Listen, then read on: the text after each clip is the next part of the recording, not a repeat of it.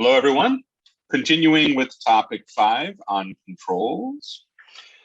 We have subtopic 5.2. We're going to talk about basic types of controls. I think this is about as basic as I could imagine the Atari gaming system from decades ago.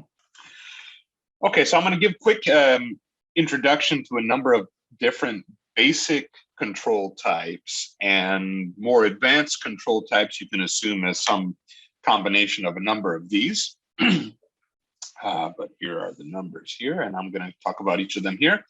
So first of all, push buttons, right? And so those that are activated by our hands or our fingers. So a number of different examples here. Interesting note is that touch screens, we call this a soft button, but these are also push buttons activated by the hand or finger. And so this is a very common mode of interaction now currently. We also could use other appendages to activate things. And so we have pedal buttons, so to speak. And so each of these are examples of activatable buttons by the feet. All right. Toggle switches. What distinguishes a toggle switch from other types of switches is there are multiple states of the system that you can both perceive based on the state of the switch, and then also you can manipulate, right? So, lights on or off, obviously if the lights are on in the room, I can tell that, but this tells me that the power is being applied versus it's not. And so the state of the system can be observed. And this especially matters in a lot of domains where maybe, it's limited in terms of my visual attention as far as processing what's going on with the system. And so toggle switches that stay in a certain state on or off or multiple states, you're able to then visually and or haptically determine what the state of those switches are. So this is an example from an aircraft. Great example of I need to keep my eyes on, the environment in front of me out of the windshield, and maybe I need to feel to determine, the state of various controls. A rotary selector is something similar to a toggle switch in that there are multiple states, but then now there's more than 2 states. Okay. And so we select them with rotary movement. So these are all examples here.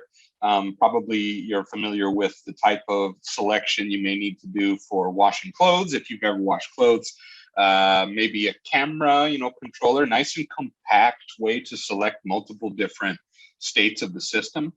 Also bike gears. And so if you're using a rotary sort of mechanism to change the state of the system, then that qualifies here. Similarly, turning the knob here to determine how fast my windshield wipers go.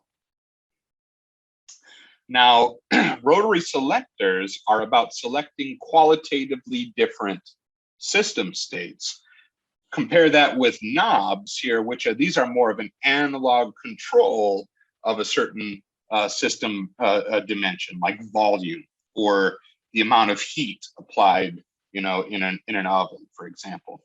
So I've got this example here. If you don't know what I'm talking about down here, these amplifiers go up to 11. This is Spinal Tap. That's the joke. Check it out. That's the movie. All right. We also have linear abilities to change. So a knob here, I can do an analog control in a rotational sort of motion. Here's more of a linear motion, and I'm still controlling an analog input. So it could be, volume sliders on a mixer, just like I have in my normal lecture station. I'm in a hotel room right now, so I can't show you that. But also, dimmers with lights and any sort of soft control here, turning up the volume on your computer, for example. That'd be an example of a linear selector. Cranks and hand wheels, the way that these controls are distinguished is there is work performed in a rotational motion, and that translates to a change of the system state. So whether that is some sort of vice, the system state being, I don't know how much the vice is compressed, or the position of the wheels of my vehicle, or the rotation of the wheels in my bicycle, and then this is if you know what this is, you've had some trauma in your life. This is a toilet unclogging snake device. And the rotational motion there agitates whatever is at the end effector there. So what we're doing in these cases is rotational energy applied, in a way to change the state of the system. And levers. So this is a simple mechanical item, a mechanical system. A lever allows us to produce more force over a small distance when we produce less force over a larger distance. So a good example of that would be most transmission systems in vehicles. So you can imagine this as a lever going down into the actual transmission unit, and your arm motions to change the gears internally in the transmission, but in a much smaller movement space. I also like to point out that, valves where you come down like this, it's another example of a lever control, in that we are using a long movement to, a large movement to produce a large force change at a small location, which would be the valve there that opens the fluid flow. So lever, that's another control. Okay, now, so that's a quick summary of the basic controls. Now there are a couple of key design points we can think about to avoid the inadvertent activation of these controls. So controls, we can make them as activatable as possible. We also need to make them not so activatable that they occur when we don't intend to. So a couple of ways we can do that. So first of all, we could have time delays. We could have aspects of accessing the control that take more time. More time means more thinking, means more chance to deliberate and decide I don't really want to do that. We can have resistance in the control. If I bump against it or something, it's not going to be activated. I need to be very deliberate in my control. The orientation of the control matters. This is a picture of the manual gear shift in the car that I owned when I started at Texas A&M, which was a 2003 Saturn Ion. And one of the things I always found with this vehicle was how often either I, as the driver, or my wife, as the passenger, would bump this controller with their knees. It happened frequently. And so the orientation was nice, because bumping this with your knee does not change the gear. It just may disengage a gear. Okay. So to know that, all right, well, here's the key changes in the system is in this dimension, and that's the protected dimension if people bump against it. That's an important thing to know.